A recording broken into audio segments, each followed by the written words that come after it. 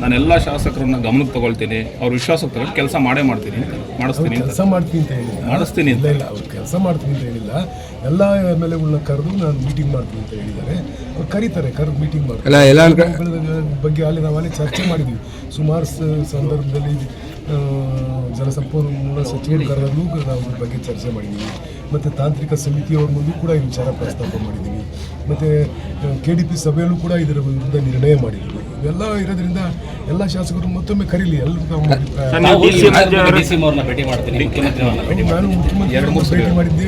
ಅವರು ಜಿಲ್ಲಾ ಉಸ್ತುವಾರಿ ಸಚಿವರು ಕೂಡ ಇದ್ದರು. ಅವಾಗ ನಾನು ಮುಖ್ಯಮಂತ್ರಿಗಳಿಗೆ ನನ್ನ ಅಭಿಪ್ರಾಯವನ್ನು, ಸ್ಪಷ್ಟ ಅಭಿಪ್ರಾಯವನ್ನು ಮುಖ್ಯಮಂತ್ರಿಗಳು ತಿಳಿಸಿದ್ದೀನಿ. ಅಲ್ಲ, ರಂಗನಾಥ್ ಅವ್ರ ದ್ವಂದ್ವ ನೀತಿ ಅನುಸರಿಸ್ತಾರೆ. ಇಲ್ಲ ಒಂದು ಕಡೆ ನಾವು ಕುಣಿಗಲಿಗೆ ಸಾಕು ಅಂತಾರೆ, ಮತ್ತೆ ಮಾಗಡಿಗೆ ಹೋದ್ರೆ ಅದರಲ್ಲಿ ನಮಗೆ ಇದಿಲ್ಲ ಅಂತ ಹೇಳ್ತಾರೆ. ಮಾಗಡಿವರೆಗೂ ಪೈಪ್ ಲೈನ್ ಕೂಡ ಮಾಡಿದ್ದಾರೆ.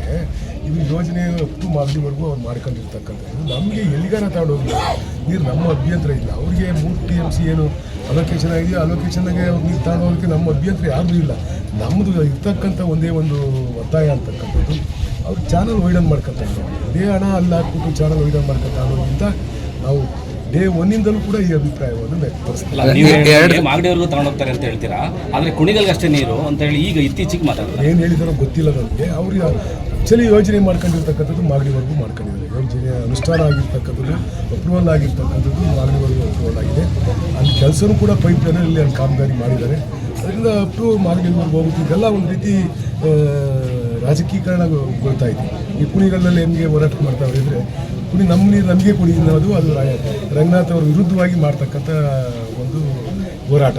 ಅದು ಪೊಲಿಟಿಕಲಿ ಗೇಮ್ ಮಾಡೋಕ್ಕೆ ಈ ಪೊಲಿಟಿಕ್ಸ್ನಾಗ ಇರ್ತಕ್ಕಂಥವ್ರು ಇದನ್ನೇ ರೆಗ್ಯುಲರಾಗಿ ಮಾಡ್ಕೊಂಡು ಹೋಗ್ತಾ ಇರ್ತಕ್ಕಂಥದ್ದು. ಆದರೆ ಈ ಕುಡಿಯ ನೀರು ವಿಚಾರಕ್ಕೆ ರೈತರಿಗೆ ಕೊಡ್ತಕ್ಕಂಥದ್ರಾಗೆ ಯಾರೂ ಕೂಡ ರಾಜಕಾರಣ ಮಾಡಬಾರ್ದು. ನಾವು ಇದರಲ್ಲಿ ರಾಜಕಾರಣ ಮಾಡ್ತಕ್ಕಂಥದ್ದು ಏನೂ ಇಲ್ಲ. ನಮ್ಮಲ್ಲಿ ಸ್ಪಷ್ಟವಾಗಿ ಇರ್ತಕ್ಕಂಥ ಎಲ್ಲ ಶಾಸಕರು ಕೂಡ ಅವರ ಅಭಿಪ್ರಾಯ, ಮತ್ತು ಎಲ್ಲ ರೈತ ಸಂಘದ ಮುಖಂಡರು, ಎಲ್ಲ ಸಂಘ ಸಂಸ್ಥೆಯ ಮುಖಂಡರುಗಳು ಎಲ್ಲ ಪೂರ್ಣ ಅಭಿಪ್ರಾಯ ಏನು, ನೀವು ಪೈಪ್ ಲೈನ್ ಬೇಡ, ಇದರಲ್ಲಿ ತಗೊಂಡೋಗಿ ಚಾನಲ್ ಮಾಡ್ಕೊಂಡು ಹೋಗಿದ್ದಾರೆ. ಈಗಲೂ ನಾವು ಅದನ್ನೇ ಹೇಳ್ತಾ ಇದ್ದೀವಿ. ನಾವು ಕುಣಿಗಳಲ್ಲಿ ನೀರು ಬಿಡಲ್ಲ ಅಂತ ಹೇಳ್ತಾರೆ. ಚಾನಲ್ ವಿನ್ಯಾಸ ಜಾಸ್ತಿ ಮಾಡ್ಕೊಂಡು ಅದರಲ್ಲೇ ತಗೊಂಡು ಹೋಗ್ತಕ್ಕಂಥದ್ದು ಮಾಡಿರ್ತದೆ. ಸೋಮಣ್ಣವ್ರು ಹೇಳ್ತಾರೆ, ನಾನು ಕಾಲಿಗೆ ಬಿದ್ದಾದರೂ ಕೂಡ ಪ್ರಧಾನಮಂತ್ರಿ ಅವ್ರ ದುಡ್ಡು ಹಾಕಿಸ್ಕೊಂತೀನಿ, ಹೊಸ ನಾಲೆ ಏನೋ ನೀವು ಮಾಡ್ಕೊಂಡು ಹೋಗಿ ಅಂತ. ಇದಕ್ಕೇನಾದ್ರು ನೀವು ಒತ್ತು ಕೊಟ್ಟು ಮಾತಾಡುವಂಥದ್ದು ಇದೆಯಾ ಅಂತ ಸಭೆಯಲ್ಲಿ? ಸರ್, ಹೊಸ ಪ್ರಧಾನಮಂತ್ರಿಗಳಿಗೆ ಹೇಳಿ ಕಾಲಿಗೆ ದುಡ್ಡು ಹಾಕ್ತಕ್ಕಂಥ ಕ್ರಮ ಏನು ಉದ್ಭವ ಆಗಲ್ಲ.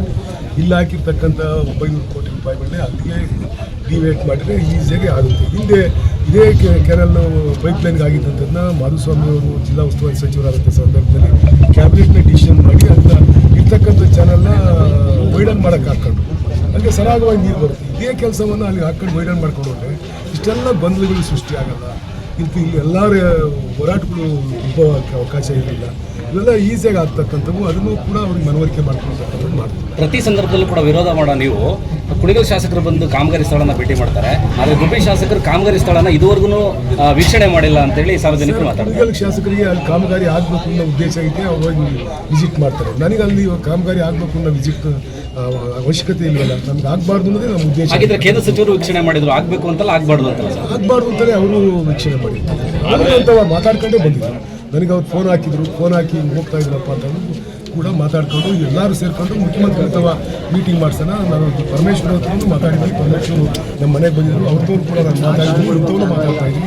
ಎಲ್ಲ ಶಾಸಕರು ಮಾತಾಡಿದ್ವಿ. ಮುಖ್ಯಮಂತ್ರಿ ಅಥವಾ ಮತ್ತು ಉಪಮುಖ್ಯಮಂತ್ರಿ ಕೂಡಿಸಿ ಒಂದು ಮೀಟಿಂಗ್ ಮಾಡೋಣ ಅಂತ ಕೂಡ ಕೇಂದ್ರ ಸಚಿವರು ಹೇಳಿದ್ದಾರೆ. ಸೋಮಣ್ಣ ಅವ್ರು ಬರೆದಿರುವಂಥ ಸಾರಾಂಶ ಸಂಪೂರ್ಣವಾಗಿ ಗೊಂದಲ ಆಗುತ್ತೆ. ಒಂದು ಕಡೆ ಹೇಳ್ತಾರೆ ಮೆಂಡು ನ್ಯೂಸ್ ನೆಟ್ವರ್ಕ್, ಸತ್ಯದ ಕನ್ನಡಿ.